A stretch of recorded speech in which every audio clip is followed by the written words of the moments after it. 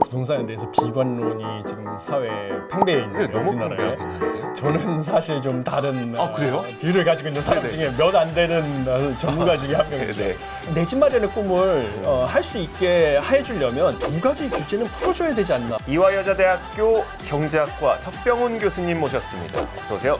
안녕하십니까. 네, 안녕하세요. 내년 한국 부동산 시장은 좀 어떻게 전망하고 계세요? 사실 지금 뭐 언론에 막 보도되는 뭐 부동산에 대해서 비관론이 지금 사회에 팽배해 있는데 너무 우리나라에 팽배하긴 한데요. 저는 사실 좀 다른 그래요? 뷰를 가지고 있는 사람 네네. 중에 몇 안 되는 전문가 중에 한 명입니다. 네네. 왜냐하면 제 그 연구를 바탕으로 하고 있는데요. 저의 네네. 생각은 금리가 인상한다고 해서 뭐 부동산 가격이 크게 떨어지느냐 하면 그렇지 않다는 것이 저의 연구 결과입니다. 네네. 왜냐하면 이제 우리나라에 지금 가계부채 문제가 심각하지 않습니까? 네네. 그래서 3분기 말 기준으로 1,870조로 네. 사상 최대치다 막 이러는데요. 가계부채가 이렇게 많다는 것은 사실은 그 부채를 빌려준 사람이 있다는 소리죠. 네. 한국 경제 내에서 은행이 뭐 은행채 발행이나 네네. 예금을 유치해서 자금을 조달한 다음에요. 그쵸. 그거를 갖다가 원하는 사람들한테 빌려준 거잖아요. 네네. 그런 말인 것은 결국은 은행에 예금을 하신 분들도 많고 네네. 근데 은행채에 투자를 하는 사람들도 많다는 소리죠. 네네. 그런 상황에서 금리가 상승을 한다는 것은 뭐 연끌을 하신 분들은 이자 비용이 많이 드러나서 소득이 감소를 했지만 반대로 예금을 한 사람들, 그 많은 은행채에 투자한 사람들은 이자 소득이 증가를 했다는 소리입니다. 그러네요. 그렇죠. 네. 지금 연끌을 한 사람들은 막 허리띠 졸라매고 이래서 대출을 상환하게 되죠. 네네. 그러면 이 예금을 가지고 있던 사람이나 은행채 투자했던 사람들은 이제 자기가 빌려줬던 돈이 회수를 하면 네네. 그 돈을 현금으로 들고 있지는 않을 거 아닙니까? 그쵸. 지금 인플레이션 상황에서 현금의 실질 가치는 계속 떨어지니까요. 네네. 그러면 다시 실질 자산에 투자를 해야 되는데요. 네. 어떤 자산에 투자를 하겠습니까?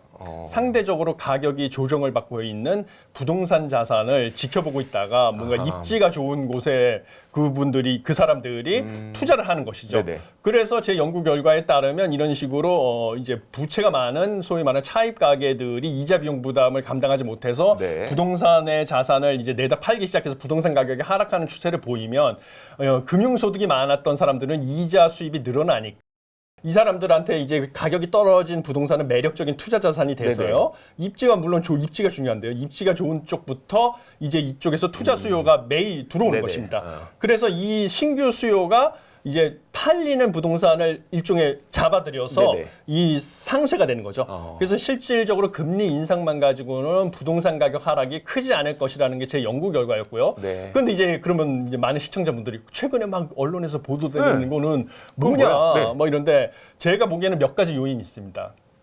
첫 번째는요. 최근에 실거래가는 서울에 이제 아파트가 약 작년 말 기준으로 한 177만 호가 있는데요. 네네. 그 중에서 매월 거래되는 거래량은 0.02%에서 0.03%에 불과합니다. 그 실거래가라는 것이 부동산 시장에서 실제 시세나 아마 상황을 대표한다는 대표성은 크게 떨어질 떨어진다. 가능성이 크고요. 네. 부동산 수요 억제 정책이 장기적으로는 부동산의 신규 공급을 낮춰서 오히려 장기적으로 봤을 때 부동산 가격을 상승시키는 효과가 무엇보다 가장 부동산 수요를 억제하는 데 효과가 컸던 것은요. 보유세. 보유세 네. 인상의 효과가 컸었습니다. 네네. 최근에 이제 그 규제를 풀겠다. 네. 라는 발표가 있었습니다. 그래서 지금 정부에서도 부동산 가격이 지나치게 하락을 하게 되면 네. 사실 이제 부동산 가격이 하락하면 주택담보대출이 부실화됐을 때 그쵸. 이제 금융기관 입장에서는 그 주택을 경매 처분을 해서 원리금을 회수해야 되는데 네네. 원리금 회수가 안 되잖아요. 네네. 그러면 이 금융기관도 부실화돼서 네. 금융기관이 부도가 나게 되면 한국 경제가 금융위기가 그쵸. 오게 되지 않습니까? 네. 그러니까 이제 정부 입장에서도 그런 상황까지 넘어가기를 원하지 않는 것이죠.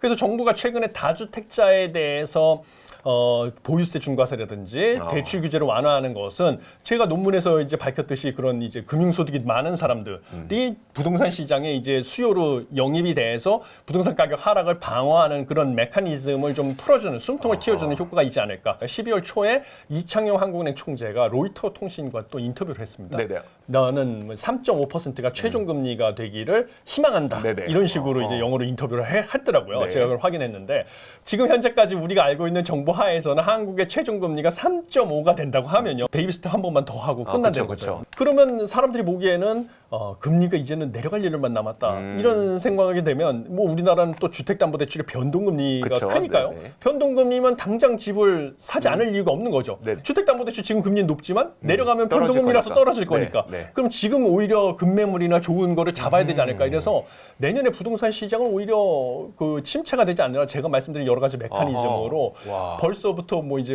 내년에 이제 뭐 급매물을 금리 인상이 종료된 다음부터는 내년 최소한 상반기 말부터 아니면 뭐 하반기부터는 뭔가 부동산 시장이 좀 그래도 패닉에서 벗어나지 않을까 이런 생각을 하고 있습니다. 교수님 말씀을 들으니까 금융 시스템의 타격은 피할 수 있어서 좋을 것 같긴 한데 네. 결국 그 시점에 부동산을 사서 예.